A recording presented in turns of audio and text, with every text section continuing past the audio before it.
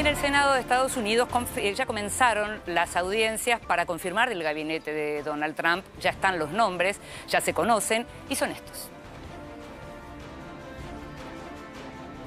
La Secretaría de Estado va a ser ocupada por Rex Tillerson, secretario de Estado, Steven Mnuchin, secretario del Tesoro, James Mattis, secretario de Defensa, Jeff Sessions, fiscal general, Eleni Chao, secretario de Transporte, Wilbur Ross, secretario de Comercio, Ryan Zinke, secretario del Interior, y Andrew Putzer, secretario de Trabajo.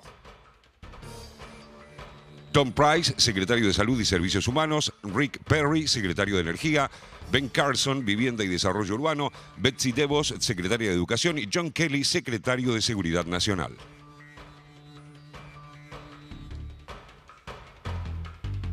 No hubo sorpresas, no hubo buenas sorpresas, ¿no? No, sobre todo de parte de Rex Tillerson, quien ocupará el Departamento de Estado, el secretario de Estado, porque bueno, ha creado un chisporroteo con China sobre la posibilidad de que los Estados Unidos intervengan justamente en cuestiones limítrofes de Chile.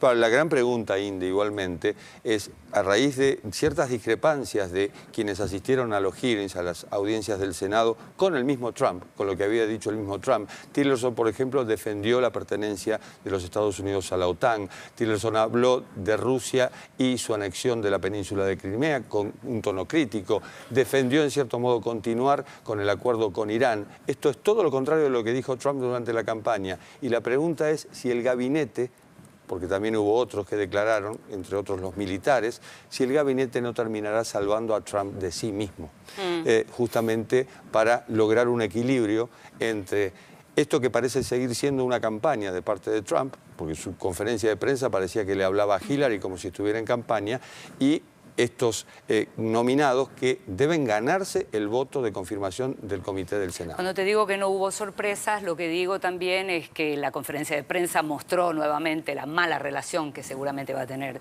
el presidente Trump con la prensa. También esta semana se supo que nombró como asesor a su yerno, digamos. Toda la cuestión de los conflictos de intereses es algo... No son sorpresas, lo veíamos venir. Lo que vos señalás, Jorge, es interesante en relación a que lo pueda salvar, entre comillas, el gabinete, porque al mismo tiempo lo que uno tiene que pensar es que Donald Trump no es efectivamente un representante absoluto del pensamiento republicano, o sea que en el Congreso también de pronto lo pueden salvar. ¿Salvar o dificultar? Depende, sí, o depende de lo que pase para el mundo. Para el mundo podría salvarle nos podría salvar las cosas y a él se las dificulta. Bueno, pero es como vos decías, las sorpresas no fueron positivas, porque uno, si mirara las cosas en un sentido, digamos, esperanzador, uno pensaba, este outsider de la política iba a sorprender y iba a correrse al centro en lugar de lo que ha hecho. Verdaderamente tiene personajes en justicia con muy controvertidas opiniones raciales, muy controvertidas posiciones contra el aborto, contra los homosexuales. Digamos, puede hacer lo que él ha mostrado en el gabinete, que hay personas dispuestas quizás a ir contra el terreno avanzado en Estados Unidos y que en realidad es un Estados Unidos polarizado. Hay estados que son más liberales que otros y otros que son ultraconservadores. Un país que tiene en algunos estados la pena de muerte como situación final para la justicia de un ser humano. Bueno, es muy controvertido, pero él ha tomado esto como una herramienta de acuerdo a los nombramientos así. Sin embargo, también me parece que las señales que él ha dado en algunos aspectos, por ejemplo, para con la Argentina, no son malas señales. Él está dando señales de que quiere continuar en algunos aspectos la política de Estado misma de Barack Obama, en aspectos de política exterior. Yo creo que es una sorpresa que todo lo que estamos haciendo parecemos encuestadores, que nos puede salir bien, que nos puede salir mal. Les hago una propuesta. ¿Qué les parece falta terreno por andar, si hablamos de todo esto con nuestro invitado de hoy, que está con nosotros, uno de nuestros invitados, Juan José Cruces, economista, experto en economía internacional, docente de la Universidad de Itela? Gracias por estar con nosotros. Por favor, muchas gracias por invitarme. Y además viviste varios años en Estados Unidos, de chico y de grande. Sí, tuve la suerte, cuando tenía 16 años me fui con un programa de intercambio estudiantil a vivir un año a la parte ultraconservadora, el estado de Idaho, allá al norte. Sí, y viví con agricultores mormones y después con inmigrantes iraníes, así que una experiencia de vida bastante interesante en la época que la globalización no estaba de moda, en 1982. Claro. Mencionás justo el tema de la globalización, que es como el tema que, por lo menos en relación al votante en Estados Unidos y por lo que vemos en Europa en relación a otra clase de votantes, es un tema que está en crisis. Es decir, se hablaba del sueño de la globalización y estamos viendo los efectos de la pesadilla de la globalización. ¿Qué mundo en términos de globalización y en términos de economía nos deja Obama y qué podemos esperar de lo que viene con Trump? Bueno, lo que pasa es que la globalización, como tantos otros fenómenos en la vida, son policromáticos, multifacéticos. Y creo que lo que estamos observando con Trump, pero algo parecido con el Brexit y el renacimiento de las derechas nacionalistas en Europa, en definitiva, es las secuelas negativas que tuvo la globalización en los países desarrollados. O sea, la globalización básicamente implicó, así como viste en el matrimonio, vos te terminás pareciendo al otro. Si tenés un matrimonio que dura más de cierta cantidad de meses, te adquirís los vicios del otro y también los defectos del otro. Y medio que negociás un punto intermedio. Mímesis. Eso, así se llama. Bueno, mucho más culta que yo. En economía se llama el teorema de la igualación de los precios de los factores. Que quiere decir que si un trabajador de Michigan va a producir lo mismo que un trabajador de China, y ¿sabes qué? Va a subir el salario en China y va a bajar el salario en Michigan. Y eso es lo que nos está pasando, y yo creo que el principal mensaje que manda Trump, creo yo, al mundo, y tiene lecciones importantes para América Latina, es que la globalización implicó, si uno lo mira desde el punto de vista ético, como uno miraría desde Google Earth, mejoró la equidad en el mundo. ¿Por qué? Porque hordas, miles de millones de trabajadores en la India y China sobre todo, pero también en otras partes de Asia y un poco en América Latina, han mejorado enormemente porque pasaron a sustituir trabajo americano y trabajo holandés y trabajo danés y trabajo inglés. Entonces sus sueldos son muchísimo mejores de lo que eran en la antigüedad, aun cuando esos sueldos, nosotros los miramos y en valor absoluto son bajos, son muchísimo mejores que la mejor opción alternativa que tenían esos trabajadores. Pero el correlato de eso es que los trabajadores de los países centrales, de baja o mediana calificación en los países centrales, esos tipos están peor. Claro, ahora estamos hablando de cómo mejoraron las condiciones de millones de personas, pero también sabemos que en los últimos años la palabra es equidad, mejor dicho, inequidad. Y entonces lo que sí sabemos también es que la plata se concentró mucho. Es decir, hay mucha gente con muchísima plata y mucha gente con muy poca plata. Bueno, depende de nuevo cómo lo mires. Al interior de los países desarrollados, se empeoró la distribución del ingreso precisamente por este fenómeno, porque los dueños del capital, los dueños de las acciones y de las empresas que se relocalizaron en China ganaron mucha plata con la relocalización. Pero los trabajadores de baja o mediana calificación fueron sustituidos en parte por el comercio internacional, pero en parte por otro fenómeno muy importante de los últimos 30 años, que es el progreso tecnológico. De eso te iba a preguntar, antes de que te pregunten mis compañeros, porque cuando Trump dice, vamos a hacer Estados Unidos grande de nuevo, vamos a volver a tener todas las fábricas, no, hay fábricas que ya no van a volver. Eso es un severo problema. Yo creo que ahí Trump va a tener, y la mayoría de los analistas coinciden, va a tener un severo problema para hacer delivery de lo que él prometió a las clases medias, bajas y gente de escasa calificación en Estados Unidos. Porque mucho de esto es progreso técnico. Claro. La industria manufacturera de Estados Unidos, si vos supones que hace 20 años 100 tipos producían 100 unidades de producto, hoy tenés que 66 tipos producen 130 unidades de producto. O sea, produce mucho más la industria americana, pero lo produce mucha menos gente. Con menos mano de obra. Claro, y hay gente que pasa a tener un desempleo estructural. O sea, el progreso técnico, ¿te acuerdas lo que eran las máquinas de escribir? Yo hice un poquito de periodismo cuando era muy chiquito, cuando tenía 18 años. Y usábamos máquinas de escribir. Sí, obvio. Hoy, ¿a qué precio tendrías vos una máquina de escribir en tu casa? Sí, pero además el sueño ese de seguir en la fábrica en que estaba tu padre y tu abuelo, eso es lo que se terminó, ¿no? Bueno, una compañía de Japón, lo habrán visto, reemplazó un robot por 34 trabajadores, una compañía aseguradora, lo cual también crea un dilema. ¿El empleo que se crea para trabajadores o se crea para robots, en algunos casos? Obama lo dijo con muchísima claridad en su discurso de despedida que ustedes estaban mencionando, necesitamos un nuevo contrato social. Sí, claro. El progreso técnico implica que algunos de nosotros, felizmente no pasa para los periodistas ni para los profesores universitarios, pero algunas habilidades van a ser sustituidas. No, para los periodistas más o menos, si querés lo hablamos otro día. Yo veo que acá la realidad genera novedades que requieren la capacidad de análisis e interpretación que tienen ustedes y que un robot no puede hacer. Y lo mismo está pasando para los profesores universitarios. Si bien hay clases online gratuitas, felizmente la gente todavía le gusta gusta que alguien le explique las cosas en la cara, como hacía Sócrates, más Falta o el menos. criterio y el espíritu crítico, ¿no? Lo cual felizmente todavía nos da trabajo, pero hay otros empleos que el progreso técnico ha sustituido muchísimo trabajo, todas esas tareas repetitivas. En las líneas de montaje es así. Absolutamente. Entonces creo que tenemos un problema desde el punto de vista del contrato social, eso que nos amalgama como sociedad para vivir juntos, que requiere que aquellos que seguimos teniendo habilidades productivas que el mercado valora, paguemos un poco más de impuestos porque hay que bancar otra gente que tiene un problema de desempleo estructural, como las máquinas de escribir tendrían si hoy yo te pregunto, ¿a qué precio tendrías una máquina de escribir en tu casa? Ni mamado tendrías. Bueno, es vintage. Es vintage, pero el problema dramático... Ocupa otra función. El problema dramático que enfrentan nuestras sociedades es que partes importantes de la fuerza laboral en los países desarrollados, pero también en nuestros países, tienen habilidades que desgraciadamente, desde el punto de vista de esas personas, fueron sustituidas por máquinas. Eso es un problema importantísimo y creo yo va a ser la agenda de política nacional e internacional dominante de los próximos 20 años. Nati.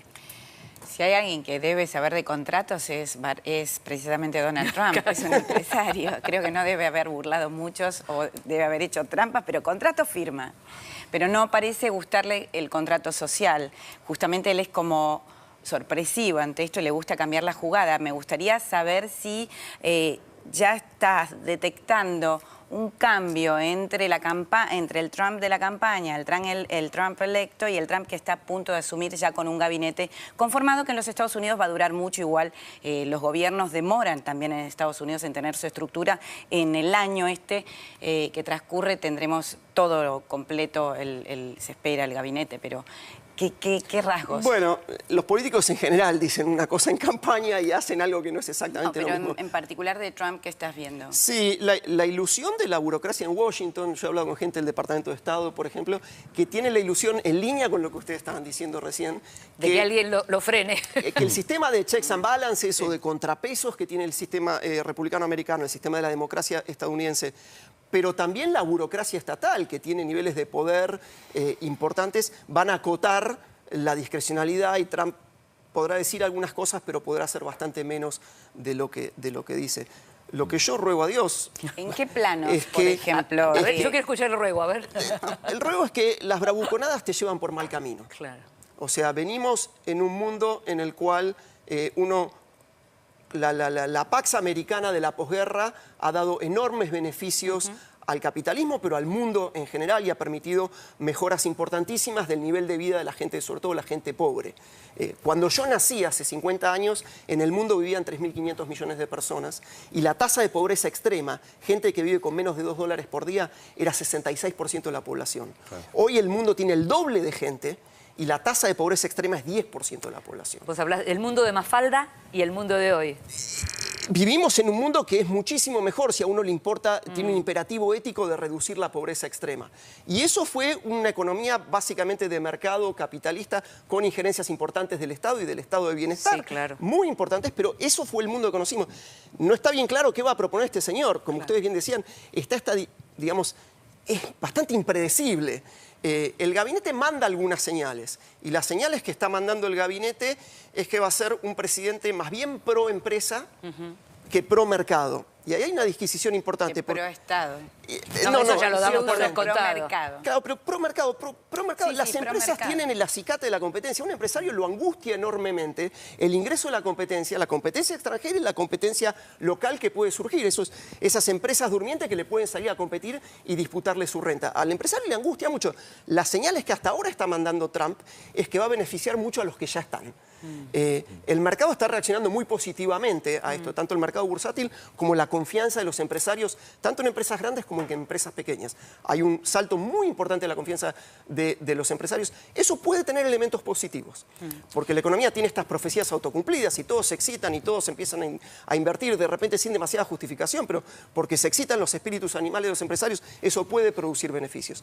Pero yo tengo pavor a la guerra comercial, que es algo que ustedes saben, con China y algo que vimos esta semana. El problema también es haz lo que digo y no lo que hago, porque vas a Saks de la Quinta Avenida en Nueva York y te encontrás con la ropa de Ivana Trump hecha en Indonesia, en Pakistán, en China, en Vietnam. Y resulta que el discurso es, no, se produce aquí, cuando toda su familia, Donald Trump incluido, se benefició justamente con el trabajador barato de otras latitudes. Una.